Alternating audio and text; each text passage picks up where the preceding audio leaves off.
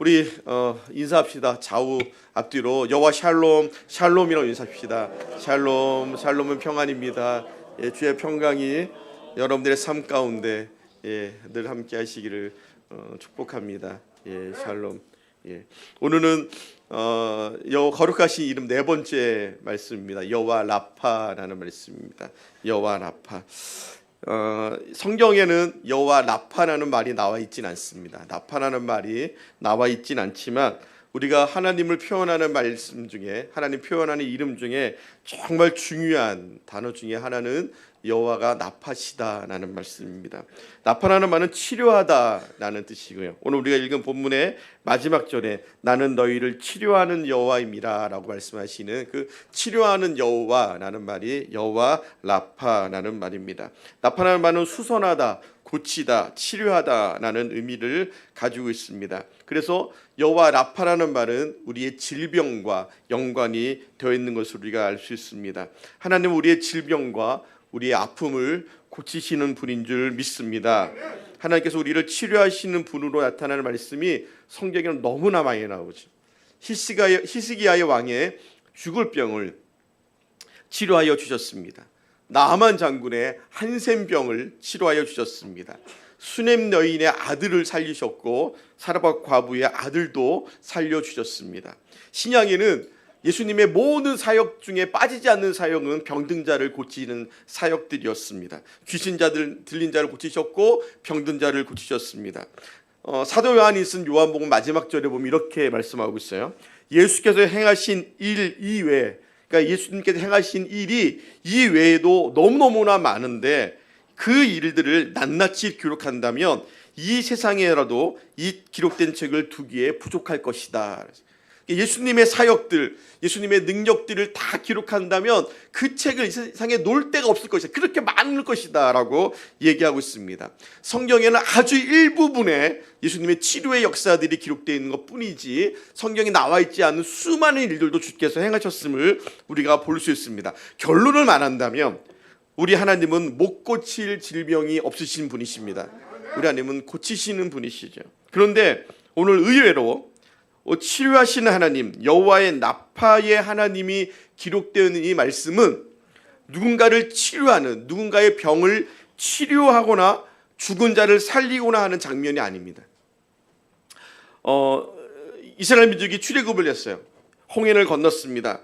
바다를 육지와 같이 건넜습니다. 이 엄청난 일을 경험한 그들이 홍해를 건넌 이유, 그러니까 홍해를 육지처럼 건너고 나서 그것도 너무 큰 은혜인데 뒤에 쫓아왔던 애굽의 군대들이 그 홍해물로 아주 그냥 수장되어 있는 것을 그들이 보면서 더 이상 그들에게는 따라올 적군이 없다는 것에 대한 얼마나 큰 은혜를 입었겠습니까? 모세가 노래를 합니다. 모세와 백성들이 춤을 추며 노래하고요. 모세의 누이 미리암과 여인들은 소구를 치며 춤을 추며 노래했습니다. 그런데 홍해길을 건너서 3일이 지났는데 거기서 한 오아시스를 만나게 돼요. 그러니까 이제 그들이 3일 동안 물을 먹지 못한 상태에서 오아시스를 만나니까 얼마나 기뻤겠습니까? 근데 그 오아시스의 물을 먹었더니 그 물이 쓴물인 거예요. 먹지 못하는 물입니다.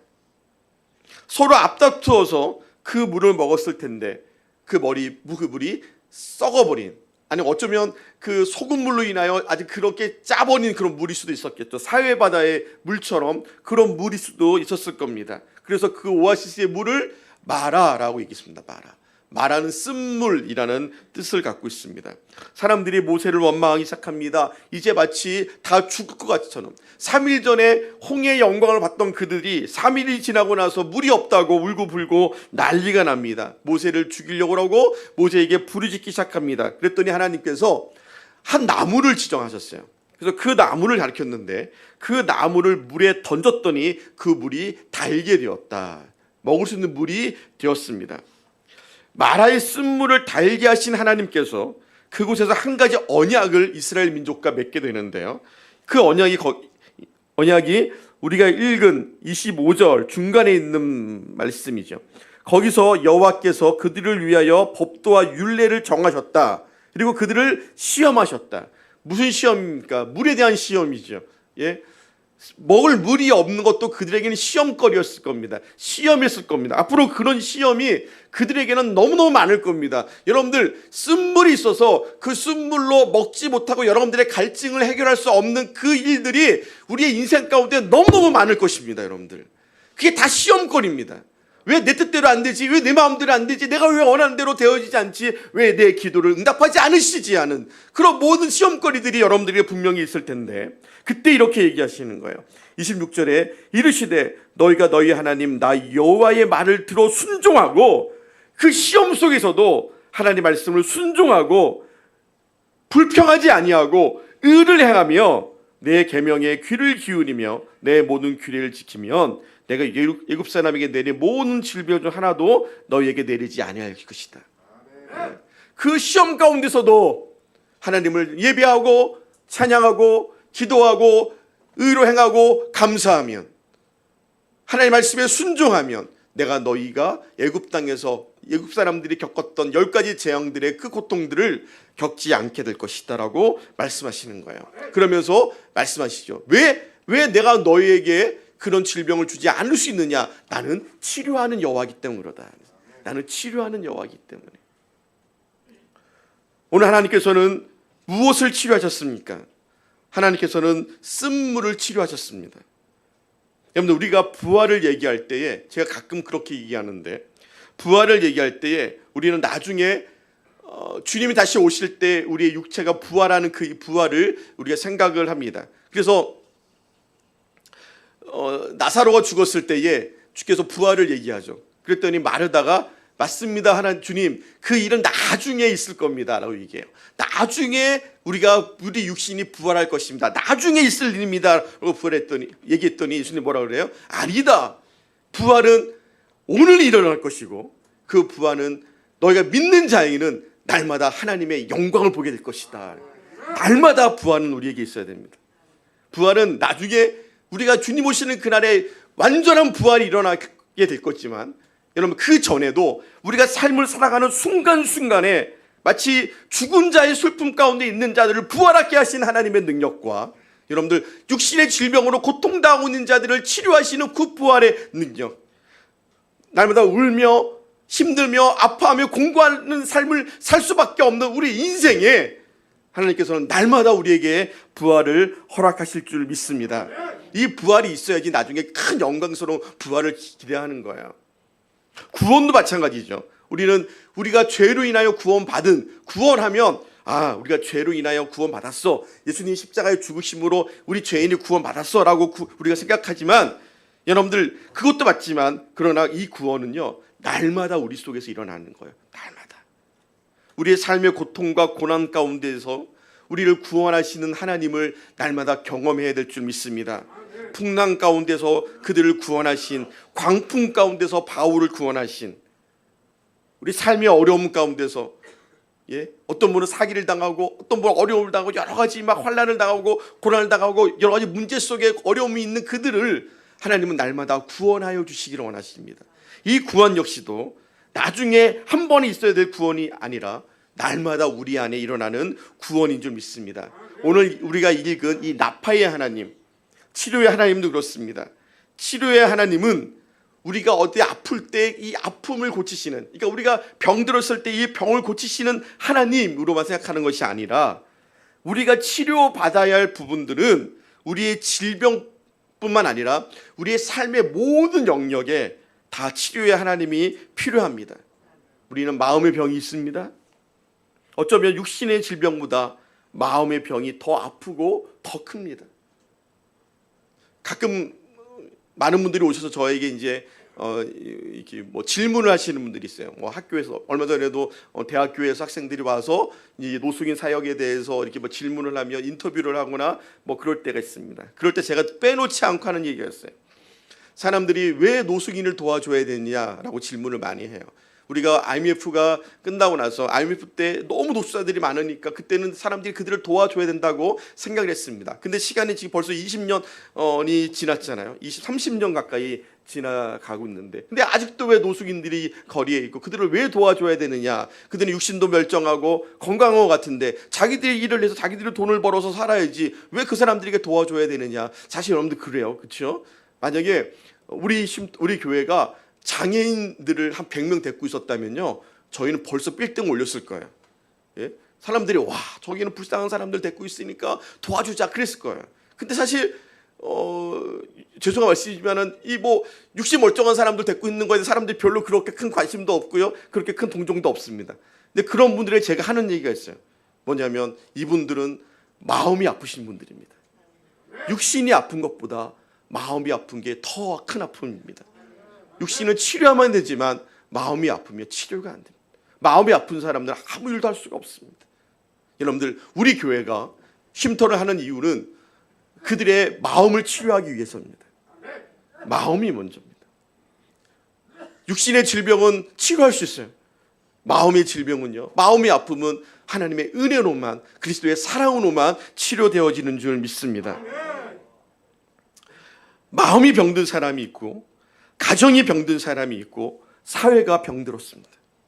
그렇다면 여호와 라파, 치료의 하나님은 우리 삶의 모든 영역에서 우리를 고치시고 우리를 치료하시는 하나님의 은혜인 줄 믿습니다. 아담과 하와가 에덴 동산에서 하나님께 범죄한 이후에 이 세상의 모든 일들은 다 깨어지고 말았습니다. 하나님의 창조하신 이 땅이 가시덤불로 가득하게 되었고, 우리의 마음엔 미움이 가득하고 우리의 마음에는 여러 가지의 그런 아픔들이 가득하게 되었어요. 형이 동생을 죽이게 되었습니다. 한 번도 죽음을 경험하지 못한 그들이 죽음이 무엇인가를 알게 되었습니다. 사람들 사이에는 질병들이 넘쳐나게 되었습니다. 이 창조의 역사 가운데 다시금 회복은 기대할 수 없어요. 죄가 세상을 지배하고 이 세상은 점점 타락해져 가는데 우리의 삶은 점점 공고해지고 아파져 가고 있습니다. 여러분들, 이 땅에서 우리를 치료하고 이 땅에서 우리를 회복할 것은 아무것도 없습니다. 그래서 우리는 저 하나님의 나라에 소망을 품어야 됩니다. 제가 내년에 여러분들과 함께 가져야 될 표어를 하나 생각했어요. 물론 우리 교회는 전투하는 교회가 표어지만 우리의 소망은 오직 예수 그리스도십니다. 우리의 소망은 오직 예수 그리스도 한 분밖에 없습니다. 여러분, 그런 믿음으로 사십시오. 우리를 구원하실 분, 우리를 치료하시고 우리를 회복시키시고 우리를 더 낫게 하실 분은 예수 그리스도밖에 없습니다. 이 땅이 아무리 좋아도 이 땅에요, 소망이 없습니다. 소망이 없습니다. 이 깨어진 세상에 살면서 어디에 우리에게 소망이 있겠습니까? 이 상태에서 우리에게 가장 필요한 것이 무엇입니까? 치유죠. 치료입니다. 치유되는 것입니다. 아픔 내 몸이 치유되어야 되고, 상처로 가득한 내 마음이 치유되어야 되고, 깨져버린 내 가정이 치유되어야 되고, 썩어버린 이 나라가 치유되어야 될 줄 믿습니다. 우리 하나님은 그래서 치료의 하나님이시다. 치유의 하나님이시다. 이게 우리에게 얼마나 큰 소망이 돼요, 여러분. 죄로 인해 병든 우리를 예수 그리스도를 통해 치유하기 시작하셨습니다. 마라의 쓴물로 인하여 심하게 좌절하고 죽게 되었다고 아우성치는 이스라엘 민족에게 하나님은 모세에게 말해서 한 나무를 지명하셨어요. 그 나무를 가르쳤습니다. 그리고 그 나무를 물에 던졌더니 그 물이 달게 되었습니다. 유명한 주경학자 메투엘리는 십자가는 모든 고통을 주는 쓴물을 달게 하는 나무다라고 얘기했습니다. 십자가는 우리 삶의 모든 고통의 쓴물을 달게 하는 능력이 있습니다. 베이커 목사님이 이렇게 얘기합니다. 예수 그리스도의 십자가는 불평과 불만의 쓴물을 달게 만드는 마라의 나무다. 여러분들, 하나님께서 마라를 향하여 나무를 던지신 것, 오늘 우리가 생각하고 있는데 그 나무는 십자가입니다. 십자가의 은혜가 여러분들의 삶 가운데 던져질 때에 여러분들의 삶의 모든 아픔이 치료되어질 뿐만 아니라 여러분들의 삶에 있는 모든 걱정과 근심과 두려움과 낙심함이 치료되어질 줄 믿습니다. 그래서 우리는 그 십자가의 은혜 가운데 사는 거예요. 십자가의 은혜로 죄로 병든 우리의 삶을 치유하여 주실 것입니다. 여러분들, 오늘 하나님께서 치료하여 주신, 하나님께서 고쳐주신 것은요, 마라의 쓴물만이 아니었어요. 지금 하나님은 물이 없다고 불평하고 낙심하고 있는 이스라엘 민족의 마음을 치료하신 것입니다. 우리의 마음 안에 있는 쓴물이 있습니다. 쓴물과 같은 의미로 쓰여진 말이요, 히브리서에 있는 말씀에 쓴뿌리라는 말씀이죠. 쓴뿌리. 너희는 하나님의 은혜에 이르지 못하는 자가 없도록 하고 또 쓴뿌리가 나서 괴롭게 하여 많은 사람이 이로 말미암아 더럽게 되지 않게 하며. 쓴뿌리는 나를 괴롭게 하고요, 쓴뿌리는 다른 사람을 괴롭게 하고 더럽힙니다. 그래서 히브리서는 쓴뿌리를 제거해야 된다라고 말씀을 하세요. 여러분들, 여러분들의 마음에 쓴뿌리가 있으면 그 쓴뿌리는 쓴물을 내는 거예요. 그래서 나를 괴롭히고 내 주변 사람들을 괴롭히고 그들에게 고통을 줍니다. 그 쓴뿌리를 제거하는 방법이 무엇이에요? 십자가의 은혜라는 거예요. 정말 예수를 위해 그 십자가의 은혜, 십자가의 죽음을 우리가 완전히 경험할 때에 우리 안에 있는 쓴뿌리가 치료되어질 줄 믿습니다. 그렇게 누굴 막 미워하는 그 쓴뿌리가 예수 그리스도의 십자가의 은혜를 경험하면 그를 용서하는 단물로 바뀐다는 거예요. 걱정과 근심과 낙심함으로 막, 저도 지금 걱정하는 게 두 가지가 있거든요. 두 가지가 있어요. 뭐라고 그러시는 거예요? 뭐 중글중글 하시는데. 저 두 가지의 걱정이 있어요. 우리 성경 공부할 때 제가 얘기하는, 하나는 우리 아이들이 이제 탄자리아 간다는 게 걱정이 좀 돼요. 두 번째는 우리 이자가 너무 많아서 걱정이 되고. 그 걱정될 때 어떤 낙심이 돼요. 낙심이 될 때가 있어요. 정말 낙심이 돼요. 어떡하지? 낙심 될 때에 다시 주를 바라보는 거예요. 다시 십자가의 은혜를 기억하는 거예요. 십자가만이 우리의 소망이고, 십자가의 은혜가 우리를 치료하고, 십자가 은혜가 우리의 속사람을 변화시킬 줄 믿습니다. 다시 주의 은혜를 기억하는 거예요. 그래서 다시 주께 맡기는 거예요. 여러분들의 마음에 쓴뿌리가 있습니까? 그 쓴뿌리가 쓴물을 만들어내고 있습니까? 그 쓴뿌리로 인하여, 그 쓴물로 인하여 여러분들의 삶에 불평과 원망이 가득하게 합니까? 이스라엘 백성들은 쓴물을 마시자마자 그들의 입에서는 불평을 쏟아내기 시작했습니다. 우리가 하나님을 믿고 있지만 삶을 살아가다 보면 죄의 종로로 타는 습관들이 남아있어서 자꾸 쓴뿌리가 튀어나올 때가 있습니다. 원망과 불평을 드러내는 우리의 삶을 보게 됩니다. 내면에 감춰두었던 분노와 미움과 절망과 낙심과 억울한 마음과 수치스러운 마음들이 내 안에서 어느 순간에 나오기 시작합니다. 이게 다 쓴물입니다. 쓴물이 있으면 우리 안에 평강이 없습니다. 걱정이 있는데 어떻게 평강이 있습니까? 죄된 마음 가운데 어떻게 평강이 있을 수 있습니까? 쓴물이 나오는 사람들은 사탄의 유혹에 걸려 넘어지기가 쉽습니다. 유혹에 버틸 힘이 없습니다. 노만 빈센트 필이라는 박사가 적극적인 사고방식이라는 책을 저술한 아주 유명한 사람인데, 이 사람이 어느 날 기차를 타고 여행을 하고 있었습니다. 기차 타고 여행하다가 기차에 있는 식당 칸에서 식사를 하는데 바로 옆자리에 한 부부가 앉아서 식사를 하고 있었던 거예요. 근데 그 부인이 계속 불평을 하는 거예요. 아이고, 야채가 신선하지 않네.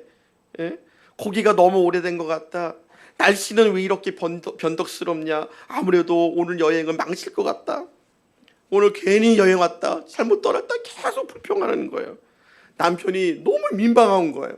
옆에 사람 다 듣고 있는데 그렇게 계속 불평을 하니까 너무너무 민망한 거예요. 그래서 이 남편이 옆에 있는 이 박사에게 이렇게 얘기했습니다. 선생님, 죄송합니다. 제 아내의 직업이 좀 그렇습니다.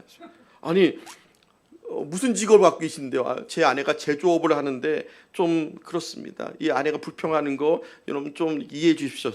이 박사님이 물어봐요. 아니, 어떤 제조업을 하시길래 이렇게 그러시냐고 했더니 무엇을 만드시는데요? 그랬더니 이 남편이 아주 미안한 얼굴을 이렇게 얘기해요. 죄송합니다만 불평 제조 공장을 하고 있습니다. 예, 내 아내가 불평 제조 공장 사장입니다. 늘 입에서 불평하시. 여러분들, 이스라엘 백성은 불과 3일 전에 홍해를 건너가게 해주신 하나님의 영광 가운데 춤을 추던 자들이었습니다. 3일을 넘기지 못하고 불평하고 불만하고 있습니다. 홍해를 가르신 그때에는 너무나 하나님을 감사하고 찬양하고, 근데 3일 만에 잊어버리는 거예요. 여러분들, 이런 불평과 원망은 하나님으로부터 멀어지게 하는 영적인 질병입니다. 여러분들, 불평은 이게 단순히 불평이 아니라 질병이에요. 질병. 오늘 하나님은 마라의 쓴물보다 마라의 쓴물을 먹고 이상이 생긴 그 이스라엘 민족을 고치시기를 원하시는 거예요. 불평과 낙심으로 가득한 그들의 마음을 오늘 주님은 고치시기를 원하십니다. 육신의 아픔보다 더 큰 아픔은 마음이 상한 거예요. 몸이 아프고 불편해도 얼마든지 행복하게 살 수 있습니다. 여러분들, 다리가 하나 없어도요 그렇게 기쁨으로 사는 분이 계셔요. 제가 늘 얘기하지만 저희 극동방송에 들으면 토요일날 2시에 방송하시는 그 아나운서가 여러분들 앞을 못 보는 장님이에요. 심종구가 하신 목사님인데, 근데 얼마나 그 방송을 하면서 앞을 못 보는데 얼마나 은혜롭게 방송하는지 몰라요. 자기는 앞을 못 본 게 너무 감사하다고 거기서 고백을 해요. 내가 앞을 볼 때보다 이 앞을 못 볼 때 더 하나님의 영광 가운데 살고 있다고 얘기합니다. 여러분들, 육신이 불편해도 얼마든지 행복하게 살 수 있어요. 근데 마음이 아프면 행복할 수 없어요. 마음이 아픈 사람은요 행복하지 않습니다. 기쁨이 없습니다. 돈이 없어도 행복한데 마음이 아프면 불행합니다. 그래서 성경 우리에게 이 상한 마음을 가지고 주께 나오라고 말씀하시는 거예요. 우리의 마음은 너무 쉽게 상합니다. 누구의 말 한마디 때문에 마음이 상하고 너무나 쉽게 우리의 마음이 무너져 버립니다.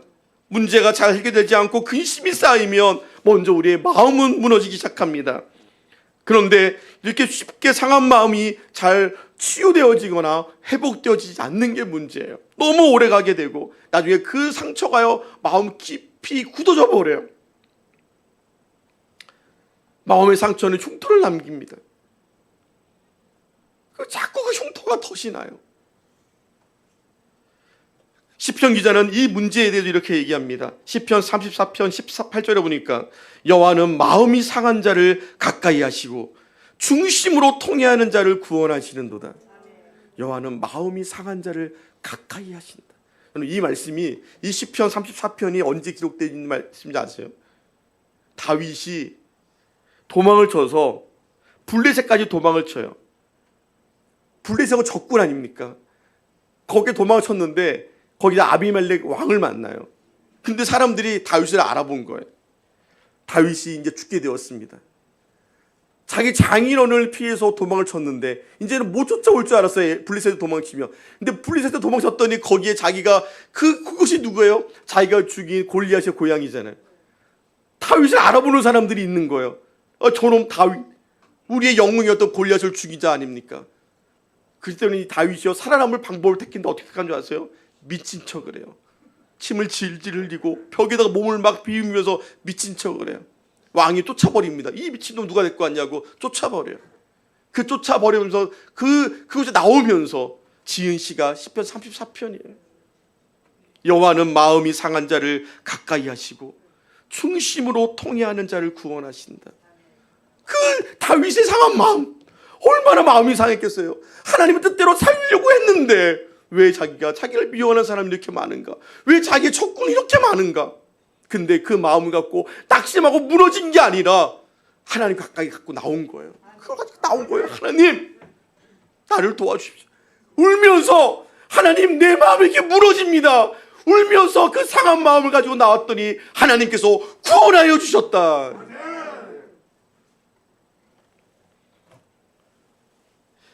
이사야서 61장 1절에 보니까 주 여호와의 영이 내게 내리셨으니 이는 여호와께서 내게 기름을 부으사 가난한 자에게 아름다운 소식을 전하게 하려 하심이라. 나를 보내사 마음이 상한 자를 고치시며 포로된 자에게 자유를, 갇힌 자에게 노임을 선포하며, 이게 예수 그리스도가 하시는 일이에요. 상한 자의 마음을 고치시는 분. 십자가의 은혜는 상한 우리의 마음, 쓴물과 같은 마라와 같은 우리의 마음을 그 십자가가 놓여질 때에 치료되어질 줄 믿습니다. 여호와 라파를 생각할 때 우리는 우리의 질병을 생각합니다. 우리가 믿는 하나님은 못 고칠 질병이 없으십니다. 분명합니다. 우리 하나님은 못 고칠 병이 없습니다. 귀신 들린 아들을 데리고 왔던 이 아버지에게 예수님은 이렇게 말씀하십니다. 예수께서 이르시되 할 수 있거든이 무슨 말이냐, 믿는 자에게는 능히 하지 못할 일이 없느니라. 아들이 귀신 들려서 고통당하고 있을 때에 그 아버지가 주님이 할 수만 있거든 내 아들을 고쳐달라고 요청을 해요. 주님이 할 수 있거든. 예수님이 얘기합니다. 할 수 있거든이 무슨 말이냐. 믿는 자에게는 능치 못함이 없다. 믿는 자의 믿음은 능치 못함이 없다. 제가 신학교 다닐 때 채플 시간에 벌써 30년이 지났는데 나겸일 목사님이었던 것 같아요. 지금은 뭐 몇만 명이 모이는 교회 목사님. 그때도 엄청 큰 교회 목사님이 있었어요. 와서 말씀을 전하는데 그분이 간경화에 걸린 거예요. 간이 굳어져 버려서 이제 죽게 된 거예요.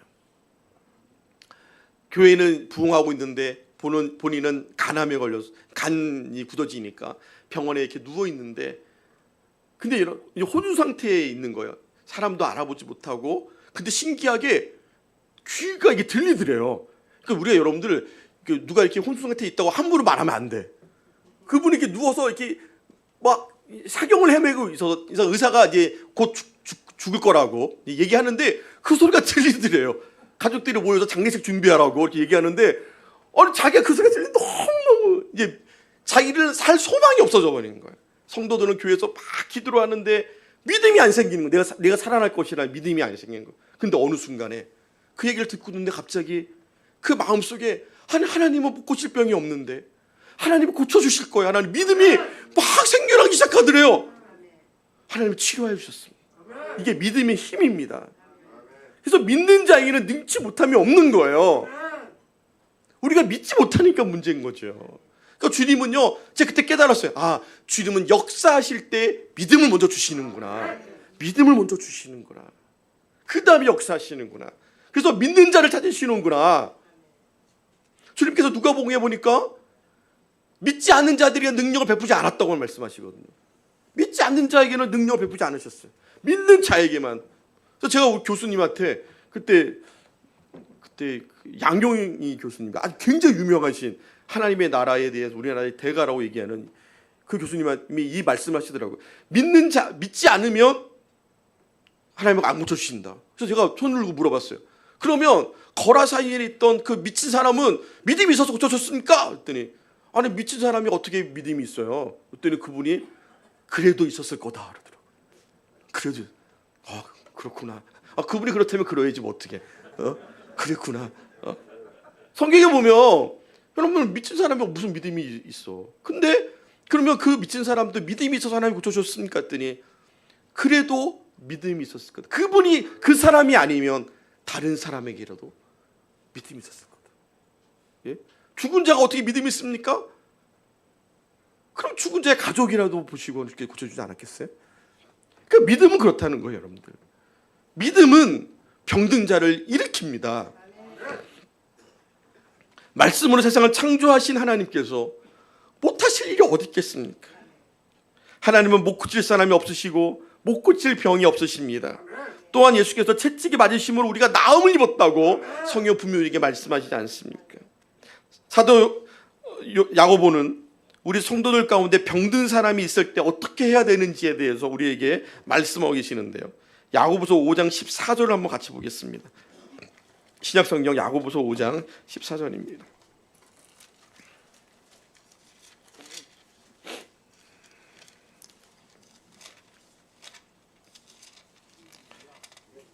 (376면) 신약성경 376면에 있습니다.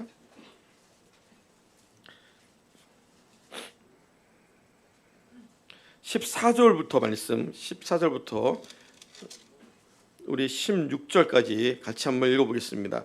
너희 중에 병든 자가 있느냐? 그는 교회의 장로들을 청할 것이요 그들은 주의 이름으로 기름을 바르며 그들을 위하여 기도할지니라. 믿음의 기도는 병든 자를 구원하니니 주께서 그를 일으키시리라. 혹시 죄를 범하였을지라도 사하심을 받으리라. 그러므로 너희 죄를 서로 고백하며 병이 낫기 위하여 서로 기도하라. 의의 강구는 역사하는 힘이 큼이라. 아멘. 병든 사람이 있어요. 어떻게 해야 돼요? 교회 장로들을 초청해라. 그러니까 교회 목사들을, 장로들을 초청하라는 거예요. 그리고 그들은 가서 기름을 발라라. 이 기름을 바르다는 얘기가 오해하시면 안 돼요. 천주교처럼 뭐 성수로 바르는 얘기가 아니라 그 당시에 기름은 치료제였습니다. 그러니까 약을 쓰라는 얘기예요. 그러니까 약을 써서 고쳐봐라 그런 얘기죠. 그러니까 시편 23편에도 목자는 기름을 양의 머리에 발랐습니다. 그게 치료제였기 때문에 그렇습니다. 그러니까 예수님께서도 마가복음 6장 12절에 보니까 제자들이 나가서 회개하라 전파하고 많은 귀신을 쫓아내며 많은 병자에게 기름을 발라 고쳤다 이렇게 얘기해요. 그러니까 그 당시에 사도들은 기름을 가지고 병든 사람을 고치는 일을 했다는 얘기죠. 근데 여러분들 그 기름은 보조 수단인 거예요. 그러니까 어떤 병은 기름을 발라도 그러니까 워낙 약이 없던 시대니까 기름을 발라도 낫는 병이 있었습니다. 근데 그보다 더 중요한 방점은 뭐냐면 기도하라는 거예요. 기도하라. 기름을 바르며 기도하라. 병든 사람은 장로를 초청해야 됩니다. 그리고 장로는 기름을 사용하기도 하지만 정말 중요한 것은 기도해야 되는 것입니다. 그 병든 자를 위하여 기도하는 거예요. 근데 어떻게 기도하냐면 함께 기도하는 것입니다.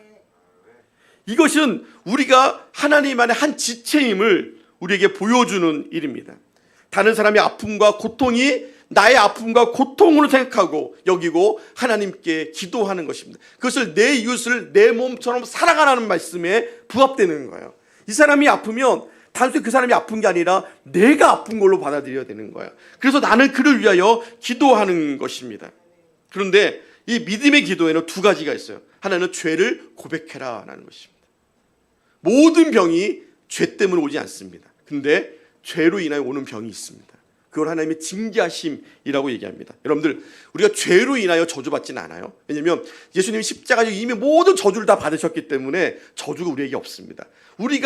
하나님 우리에게 주시는 형벌은 저주가 아니라 징계하심입니다. 깨닫고 돌아오게 하시는 거예요. 때로는 주님께서 질병이라는 징계를 통하여 우리를 돌아오게 하시는 경우들이 있습니다. 근데 이스라엘 민족은, 유대인들은 모든 병은 다 죄 때문에 왔다고 생각했어요. 그게 아니라고 얘기하고 있습니다. 만약 우리에게 정욕 때문에 오는 병이 있습니다. 욕심 때문에 마음이 병들 수 있어요. 그죠? 우리 대표적인 사람이 아합이잖아요. 예? 포도원 때문에 병들잖아요. 이 포도원 갖고 싶어가지고 우리 꼬맹이들 보면은 뭐 안 사주면 밥 안 먹는다고 병든 거야. 이게 병든 거.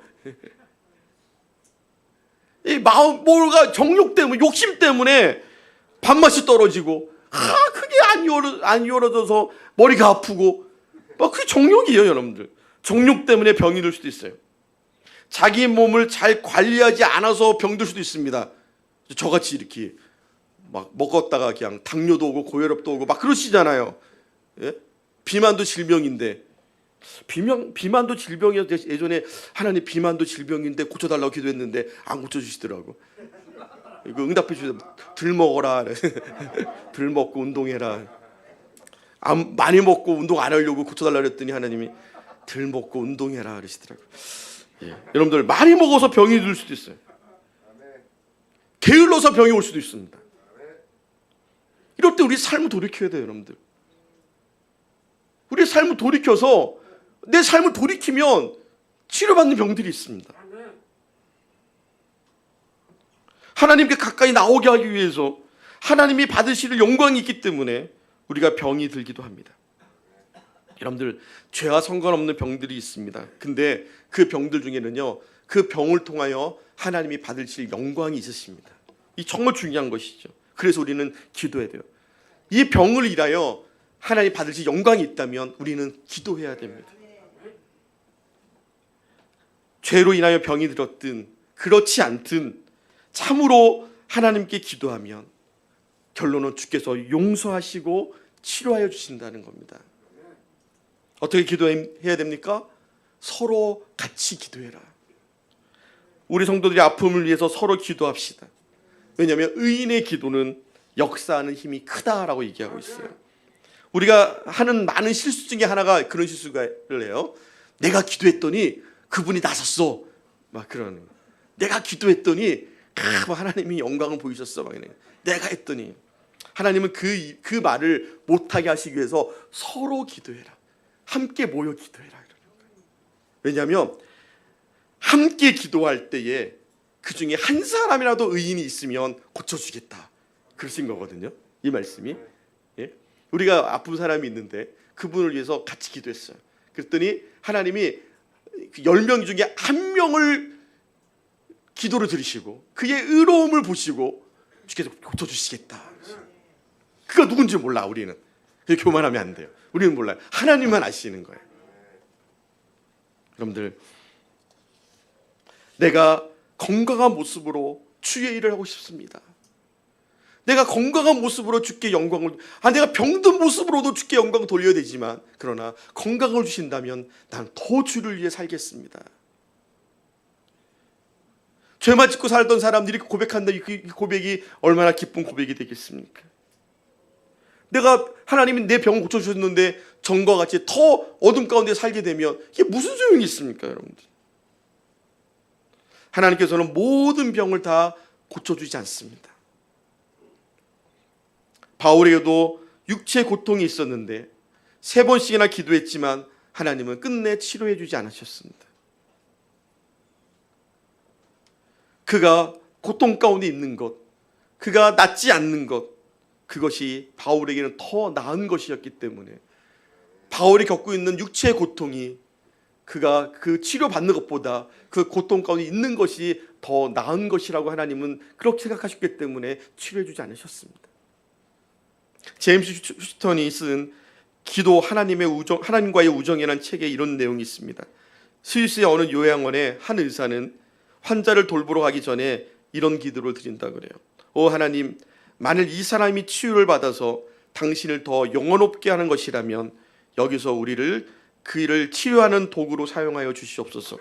오 하나님, 만일 이 사람이 병든 채로 남아있어서 당신을 더 영원롭게 하는 것이라면 그를 병든 채로 내버려 두시옵소서.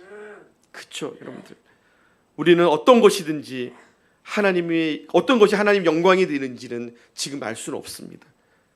그러나 하나님의 날마다 그 영광을 위하여 기도한다면 하나님의 뜻은 이루어질 것입니다. 하나님은 여호와 나파, 치료의 하나님이십니다. 여러분들의 삶 가운데 치료해야 될 많은 문제가 있지 않습니까?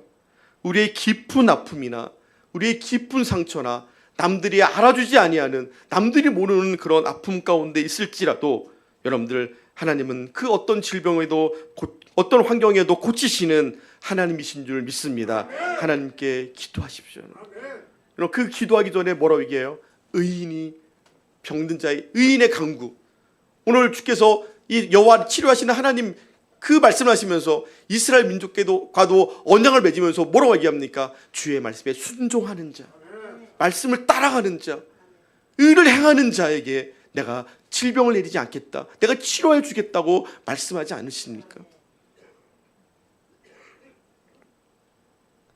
하나님의 뜻이 이루어지고 하나님의 영광이 되도록 기도합시다. 혹시 하나님이 거절하시더라도 우리의 아픔을 가지고 하나님의 뜻을 위하여, 하나님의 영광을 위하여 살아가는 진정한 믿음을 소유할 수 있기를 또 기도합시다. 하나님이 어떻든 간에 하나님의 뜻이 평강 가운데, 하나님의 은혜 가운데, 우리의 삶 가운데 이루어질 줄 믿습니다. 하나님은 저와 여러분들의 질병을, 저와 여러분들의 아픔을 치료하실 줄 믿습니다. 오늘 제가 그래서 오늘 찬송가 472장을 골랐어요. 이거 지금 저 처음 불러보는 찬양이었어요. 예? 처음 불러봐서 지난주 10번을 불렀어요. 틀릴까봐. 근데 너무너무 은혜가 되는 거야. 부를수록.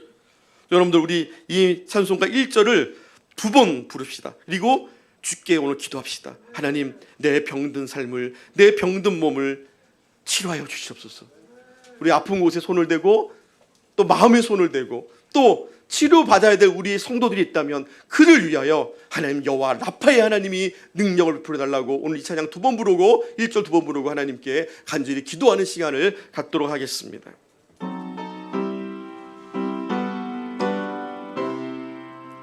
내 병든 손 내밀라고 주 예수님 말씀 안에 그 말씀을 굳게 믿고 병든 손을 내밀어라며 옛날같이 오늘날도 주 권능이 크시 아멘. 전능하신 권능으로 병든 내 몸 고치시리. 내 병든 손 내밀어라 내밀어 주 예수님 고치시리. 내 병든 손 내밀어라 주님 고치시리. 다시 한번 내 병든 손 내 병든 손 주 예수님 말씀 안에 그 말씀을 굳게 믿고 병든 손을 내밀어 옛날같이 오늘 주 권능이 크시오니 아멘. 전능하신 권능으로 병든 내 몸 고치시. 내 병든 손 내밀어라 주 예수님 고치시리 아멘. 고치시리. 내 병든 손 내밀어라 주님 고치시리. 우리 주여 한번 크게 부르고 주님 고쳐주시옵소서 기도하겠습니다. 주여 아버지 하나님, 우리의 삶의 아픔과 우리의 육신의 고통을 인하여 주 앞에 고백하며 여호와 나빠지신 하나님, 우리를 치유하시는 하나님을 믿고 오늘 시간에 간구하여 기도합니다. 아버지, 우리 성도들의 아픔들을 오늘 긍휼히 여겨주시옵소서. 병든 손 내밀어라 주께서 고쳐주시겠다 약속하신 말씀을 기억합니다. 아버지의 영광을 위하여, 하나님의 영광을 위하여 치료하여 주시옵소서. 아버지 하나님여 치료하여 주시옵소서. 육신을 치료하여 주시옵소서. 아버지 하나님 각가지 질병을 치료하여 주시옵소서. 모든 세포가 새로워지게 하여 주시옵시고 모든 기관이 새로워지게 하여 주시옵시고 아버지여 모든 관절과 골수와 모든 것들을 주께서 새롭게 하여 주시기를 소망합니다. 아버지 하나님, 마음의 상처와 여러 가지 아픔이 인하여 낙심되고 아버지 가정이 무너지고 아버지여 교회가 무너지고 사회가 무너지고 이 무너진 모든 일들을 주여 치료하여 주시옵소서. 죄악으로 인하여 무너져버린 내 인생을 주여 치료하여 주시옵소서. 고쳐주시옵소서.